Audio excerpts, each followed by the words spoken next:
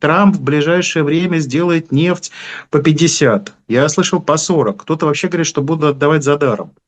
На ваш взгляд, если говорить о том, какие перспективы сейчас у нефтяного рынка с учетом прихода Байдена, его стратегии, это вообще оправданные разговоры, что нефть будет такая дешевая, или это немножко не соответствует с тем, что есть в энергетической отрасли сегодня? Я задам ровно один философский вопрос. А откуда взялась уверенность, что Дональд Трамп намерен сделать такой роскошный подарок Китаю?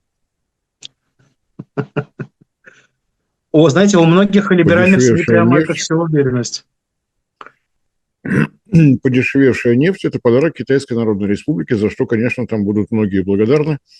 Если кто-то из этих великолепных аналитиков замечал такую глубокую симпатию Дональда Трампа к Китаю, конечно же, они правы. Вот его любовь, уважение, понимание, что он обязан приложить максимум усилий для ускорения развития Китая, это, конечно, здорово. Это что касается таких общефилософских рассуждений. Что касается сугубо практических, нефть по 50 несколько не коррелирует с планами американских добывающих компаний. Для чего им, собственно говоря, нужна нефть по 50? Для того, чтобы расширить объемы сбыта, ну, тогда для того, чтобы нарастить объемы добычи, надо предварительно вкладывать деньги. Деньги они предварительно вкладывали в выборную кампанию мистера Трампа. И сейчас представить себе, что они будут прикладывать усилия, вкладывать деньги, а с учетом изменившегося за время работы мистера Байдена ситуации внутри Соединенных Штатов, сложнее стало получать кредиты для всех проектов, связанных с добычей, переработкой углеводородов. Это время, это дополнительные усилия, и прилагать усилия для того, то есть я должен сделать инвестиции для того, чтобы продукция, которую я выпускаю, неважно, нефть, аммиак, телевизоры, сапоги, чтобы они стали дешевле. Пойдут ли на это американские нефтяники, сказать сложно. Намерения Трампа, который не является владельцем нефтяных компаний, намерения Трампа в отношении американских компаний, где нет государственных долей в капитале, ну, могут быть, конечно, любыми, но я не думаю, что американские нефтедобывающие компании решат, что это самый оптимальный вариант. Напомню, что в свое время подсчеты добычи нефти методом гидроразрыва пласта проводились. Где-то на конец десятых, нулевых годов стоимость была порядка $40. С учетом инфляции $50 – это, вероятнее всего, будет себестоимость. Так что я не думаю, что вот мысли господ либералов о том, что Дональд Трамп, придя на свой пост, намерен заниматься развитием экономики Китая, соответствуют действительности. Не настолько все-таки у него глубокая любовь к Китаю, не настолько. Но в то же время есть и обратные расклады. Достаточно серьезно растет напряжение на Ближнем Востоке, и Трамп неоднократно говорил, что он там будет делать все возможное, чтобы наказать Иран. На ваш взгляд, если, я никому не желаю никогда войны, не дай бог вообще, не приведи Господь, вот случится такой сценарий. Здесь мы какие цены будем вообще видеть на нефть? Я правильно понимаю, что это просто обрушение рынка будет, только такое вверх? Совершенно верно, это будет обрушение по объемам и резкий взлет цены. Молодая израильская демократия, конечно, делает многое для того, чтобы эскалация продолжалась и усиливалась. Если говорить, я не самый выдающийся военный аналитик, прямо скажем, но есть мнение военных, что в том случае, если будет прямая агрессия против Исламской Республики Иран, то подготовка уже проведена. Им не нужно будет заниматься чем-то в Ормузском проливе. Вероятнее всего, все минные заграждения, которые пресекут любое судоходство, уже подготовлено. В этом случае, с учетом того, что через Ормузский пролив проходит более 25% нефти и приблизительно такой же объем сжиженного природного газа, да, это будет очень глубокий экономический кризис для всей планеты. Так что будем надеяться, что об этом в Соединенных Штатах тоже отдают себе отчет, и, может быть, состоявшаяся встреча владельцы социальной сети она же X, с постоянным представителем Ирана при ООН. Нам известен только тот факт, что она состоялась, продолжалась более часа. Это все-таки свидетельство того, что какая-то разрядка напряженности последует. Ну, будем надеяться в данном случае. Еще одна новость, которая приходила за последнее время, опять-таки, из Соединенных Штатов, на американскую тему на этом попробуем уже завершать. Это была новость о том, что США в ближайшие 25 лет, если я все правильно понял, они собираются утроить свою атомную энергогенерацию. Борис Леонидович, расскажите, пожалуйста, как они это будут делать. Извините за мой смех, но тем не менее. Не, ну, конец недели, от чего бы не поднять настроение какой-нибудь очередной американской сказкой. Страна молодая, какой-то запас сказок надо накапливать. Ну, давайте сначала к числам. На день сегодняшний на территории Соединенных Штатов работает атомных энергоблоков общей мощностью 94 мегаватт. Утроить это значит 188 гигаватт новой генерации за 25 лет. Ну, так, если грубо, будем считать 180 гигаватт новой мощности, именно атомной. За счет чего можно достичь таких замечательных показателей? Из того, что одобрила НРЦ, государственный регулятор ядерной отрасли, атомной отрасли Соединенных Штатов, из гигаваттных технологий только АП-1000 от команды Westinghouse, несмотря на то, что название АП-1000, тем не менее электрическая мощность 1100 мегаватт, тут такой маленький нюанс. В обычных случаях эти числа обозначают мощность в мегаваттах, но вот у них почему-то так. Ну, то есть нужно построить 90 новых вот таких энергоблоков за 25 лет. Ну, поскольку 1,1, будем считать, что 80. То есть строить надо, нехитрые вычисления покажут сколько. При этом за последние 20 лет новых атомных реакторов в Соединенных Штатах построено 2. Вот. То есть, чтобы ускориться с нуля вот до таких показателей, которые они сами себе заявили, 180 новых реакторов за 25 лет,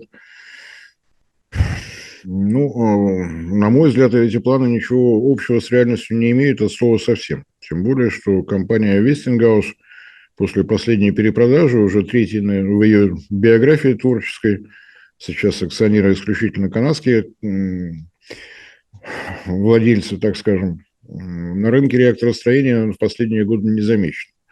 То, что удалось построить в Китае с превышением сметы по оценкам аналитиков в 2 раза, китайцы никогда об этом вслух не говорят, но известно, что вместо 4,5 лет строили 9, и известно, что удалось построить в основном за счет могучих усилий китайских энергетических машиностроителей. Достроено 2 блока АП-1000 на территории самих Соединенных Штатов, и это первый случай в истории атомной индустрии, когда заказчик сам для себя превратился в генерального подрядчика. Раньше такого не было. Строительство было начато в 2010 году. В 2016 году Westinghouse ушел на добровольное банкротство. Строилось всего 4 энергоблока, но 2 начали чуть раньше на атомной электростанции Вогтль, 2 чуть позже. Вот там, где чуть позже акционеры пришли к выводу, что проще проект закрыть. В ситуации с Вогтль акционеры пришли к выводу, что вложено уже столько денег, что терять их совершенно бессмысленно, стали достраивать сами. При этом, судя по кулуарной информации, государственный регулятор, государственная комиссия присутствовала там едва ли не в полном составе, потому что они прекрасно понимали, что компания, которая вынуждена заниматься строительством, делает это впервые. Соответственно, проверять на полное соответствие технологии всех требований приходилось на месте. Понятно, что сроки ушли вправо. Вместо 4,5 лет получилось, собственно говоря, 16. Смета была превышена втрое, но здесь удивляться не приходится, потому что действительно вот такие обстоятельства. Если смотреть на практику Westinghouse сегодняшнюю, в прошлом году был выигран тендер на строительство 7-8 блоков на атомной электростанции Козлодуй. Не надо смеяться, это название, это Болгария. При этом в Болгарии были уверены, что Westinghouse приступит к строительству, когда Westinghouse сообщил, что мы компания Westinghouse, наши 300 с чем-то инженеров являются владельцами технологий. Кто будет строить, кто будет финансировать, не наш вопрос, это вопрос заказчика. После долгих прений в парламенте Болгария, государственный регулятор, получил право вести переговоры с японской компанией Hyundai. Когда, как они завершатся, как будет идти строительство, сказать сложно. Если такие же варианты будут и со всеми прочими, с теми планами, о которых вы, Руслан, говорили в Соединенных Штатах, утроить атомную мощность, ну, понятно, что речь, наверное, должна идти не о 25 годах, не о 50, а, наверное, где-нибудь о 100. При этом в том же сообщении говорится, что будет большое внимание строительству атомных станций малой мощности. Если говорить об американских технологиях, если, ну, давайте точнее, о технологиях атомных станций малой мощности, разрабатываемых американскими компаниями, то их больше 20 штук. Одобрения со стороны государственного регулятора не получил никто. Сколько это может длиться, сказать сложно. Государственный регулятор в Соединенных Штатах достаточно жесткие люди. Они помнят, что заповедь атомной энергетики номер 0 – это безопасность, все остальное вторично и третично. И пока никакие политики переубедить в том, что вот есть политическая задача, давайте строить, пока ни у кого не получалось.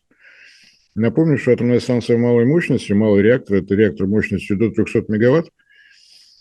Для того, чтобы построить 180 гигаватт, ну, тут позанимайтесь арифметикой, вы там получите какое-то невероятное число, там что-то около 500 реакторов таких надо.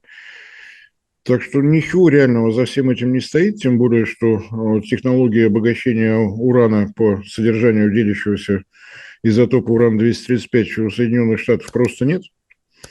Соответственно, нужно будет решать еще и что-то с производством ядерного топлива. Единственное, с кем можно договариваться в сложившихся политических условиях, это европейская компания Юренко. Уставной капитал в равных долях принадлежит правительствам Англии, Голландии и Германии, или, если угодно, Федеративной Республики Германия, Нидерландов и Великобритании. Они этой технологией не делятся. Пойдут ли Соединенные Штаты на то, чтобы финансировать чужую компанию для того, чтобы та расширяла мощности, сказать сложно. Один раз это уже было. На территории Соединенных Штатов единственный обогатительный завод называется Юренко USA. Он действительно построен под государственные гарантии. Юренко получала кредиты в США, но под государственные гарантии.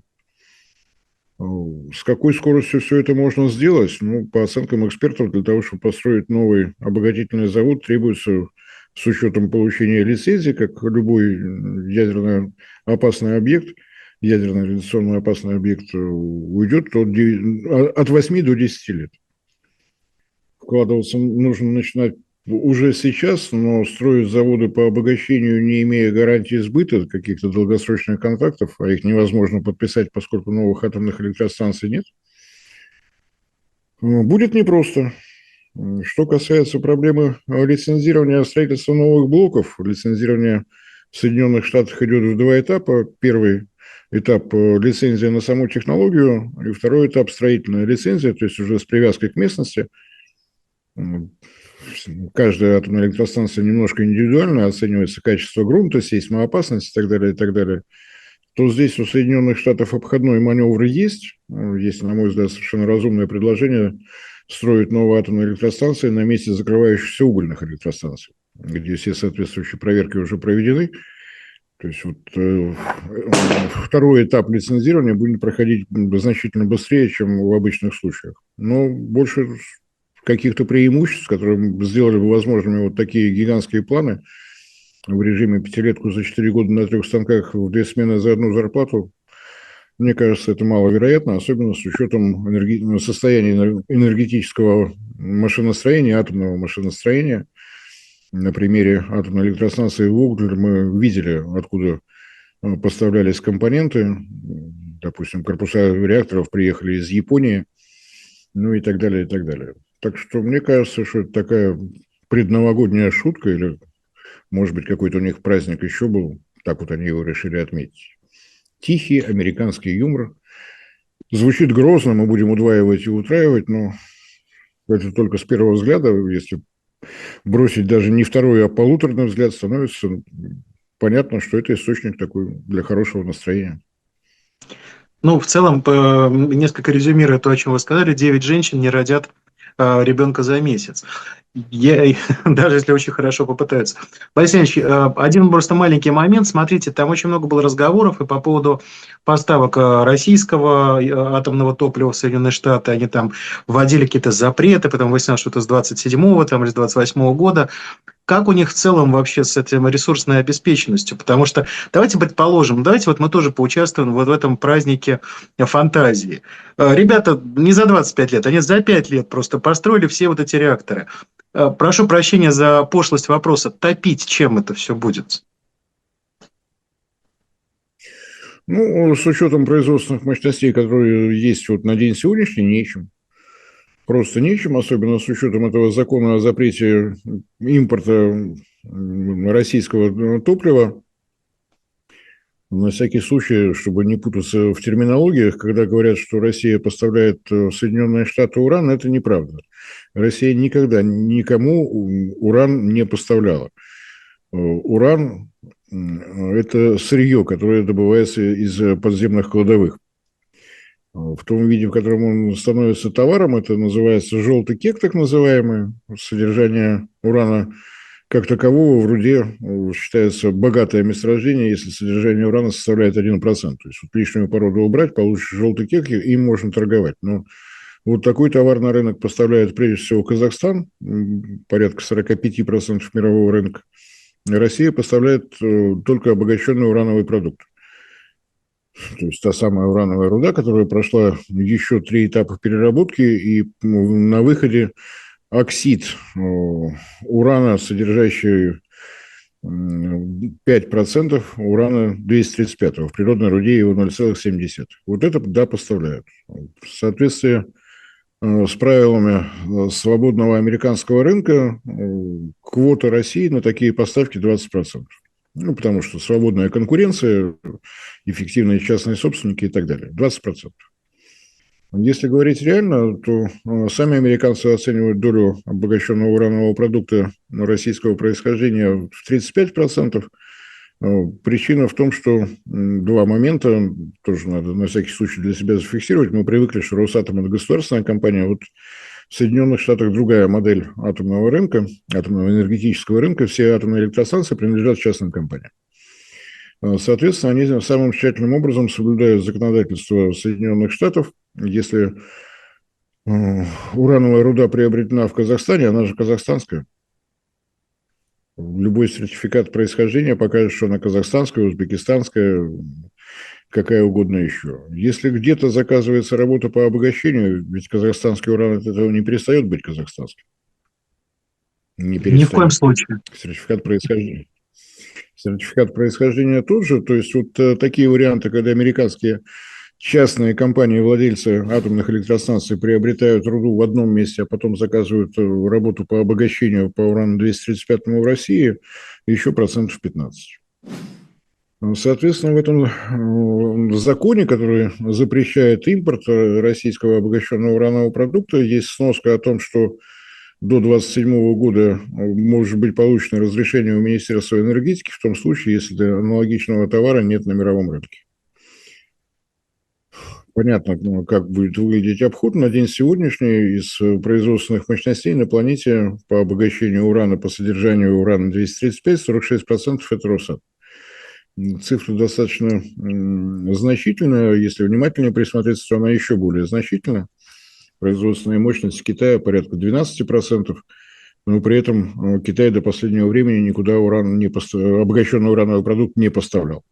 С учетом огромного количества атомных энергоблоков, которые строятся в Китае, это нужно самому Китаю. Но после того, как вступил в действие вот этот закон, запрещающий импорт российского урана в Соединенные Штаты, это произошло в июне, в августе появились новости на атомном рынке, на урановом рынке. Неожиданно предложение о поставках обогащенного уранового продукта стал делать Китай. И американские частные владельцы атомных электростанций с удовольствием согласились.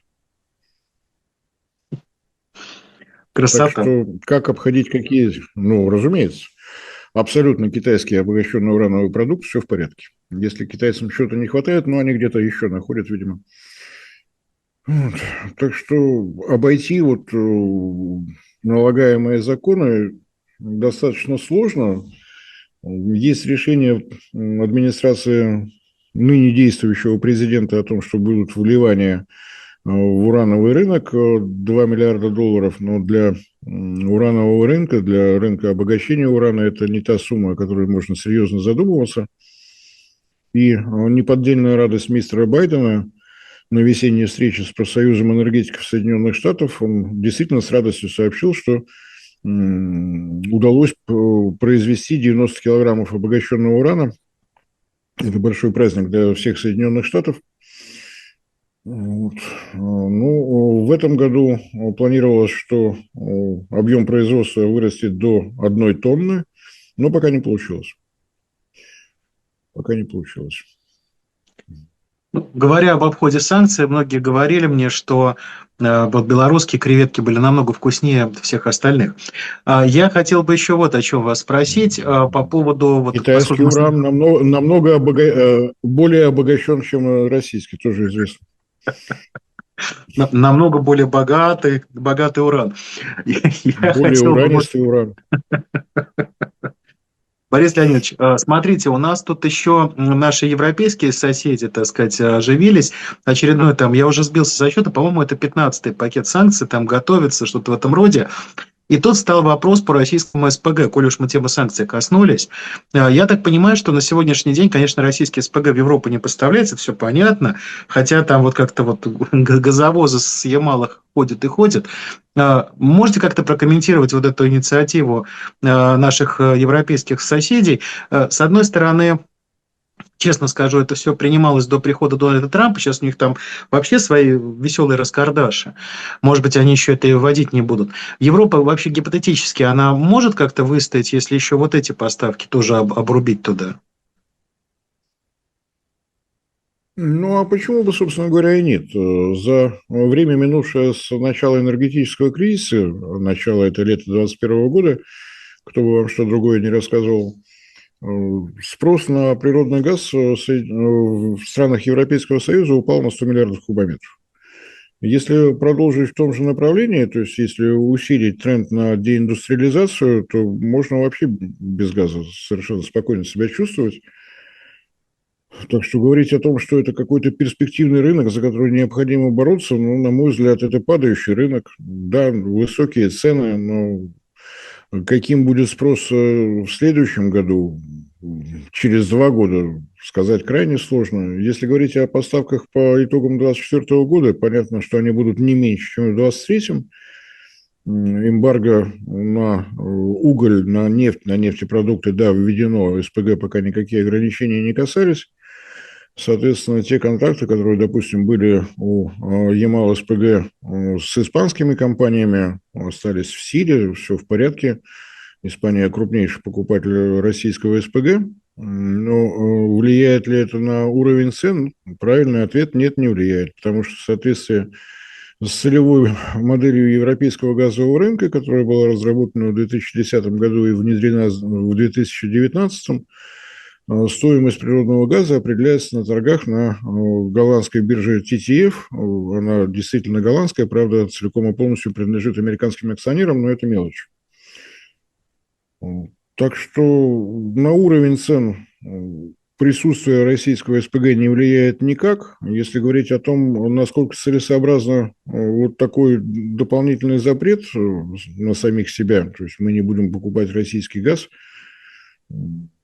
рассчитано это на то, что в соответствии с теми планами, которые имеются у Катара, в случае Катара можно говорить именно так, потому что катарские газодобывающие, газоперерабатывающие компании целиком и полностью государственными, им разрешено, им это можно. Если Россия это делает, то это, конечно, тоталитаризм и прочее, а вот в Катаре можно. И если добавить планы, которые имеются у частных компаний в Соединенных Штатах, то ожидается волна ввода в эксплуатацию новых СПГ мощностей, начиная с конца 26-го, начала 27-го года. То есть, если говорить о том, что спрос все-таки не упадет, то обходиться без российского СПГ, можно где-нибудь после 2027 года, в том случае, если все у инвесторов в новые СПГ проекты удастся.